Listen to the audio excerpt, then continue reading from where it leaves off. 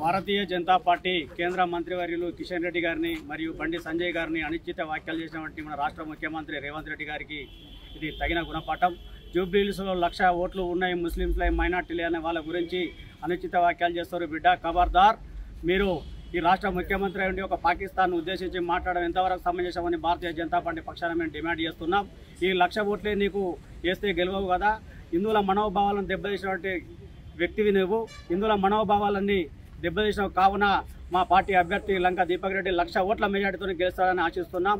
మా పార్టీ రాష్ట్ర శాఖ పిలుపు మేరకు సుల్తానాబాద్ మండల్ హెడ్ క్వార్టర్లో ఇవాళ రేవంత్ రెడ్డికి వ్యతిరేకంగా రాస్తారోకా ధర్నా చేయడం జరిగింది. మేము తీవ్రంగా దీన్ని ఈ పరిస్థితుల్లో డిమాండ్ చేస్తున్నాం భారతీయ జనతా పార్టీ పక్షాన.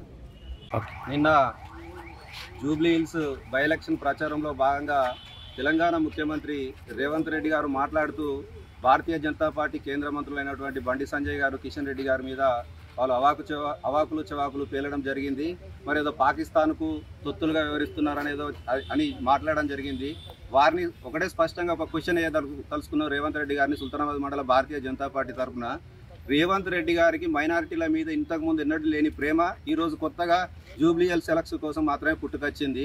ఒక మ్యాచ్ ఫిక్సర్ను పాకిస్తాన్కు అమ్ముడు పోయి ఇండియన్ క్రికెట్ టీం నుంచి వెళ్ళి సస్పెండ్ అయ్యి భారతదేశం నుంచి వెళ్ళి 3 సంవత్సరాలు నిషేధానికి గురైన వ్యక్తికి మంత్రి పదవి ఇచ్చిందంటే కాంగ్రెస్ పార్టీ ఇప్పుడు ఎక్కడుంది? కాంగ్రెస్ పార్టీ పరిస్థితి ఏంది? కేవలం 1,00,000 ఓట్లు మైనారిటీలు ఉన్నాయని మాత్రమే కేవలం దానికోసం అజారుద్దీన్ అనే ఒక మ్యాచ్ ఫిక్సర్కు మంత్రి పదవి ఇచ్చి ఓవైసీ కాళ్ళు మొక్కి గెలవడానికి సిద్ధమైన రేవంత్ రెడ్డి, బండి సంజయ్ గారిని, కిషన్ రెడ్డి గారిని ఇంకొకసారి మాట అంటే మాత్రం నాలుక గౌతమ్ బిడ్డ. కార్పొరేటర్ కూడా గెలవని ముఖ్యమంత్రి చేసిన తెలంగాణ ప్రజలు ఇంకొకసారి నేను తరిమి కొట్టడానికి సిద్ధంగా ఉన్నారు. నీ పార్టీని, నీ ఎమ్మెల్యేలను, నిన్ను అందరినీ కూడా బొందబెట్టడానికి భారతీయ జనతా పార్టీ సిద్ధంగా ఉంది. ఇంకొకసారి భారతీయ జనతా పార్టీ నాయకుల మీద ఇట్లాంటి మాటలు మాట్లాడితే మాత్రం ఊరుకునేది లేదని చెప్పి భారతీయ జనతా పార్టీ సుల్తానాబాద్ మండల శాఖ తరఫున హెచ్చరిస్తా ఉన్నాం.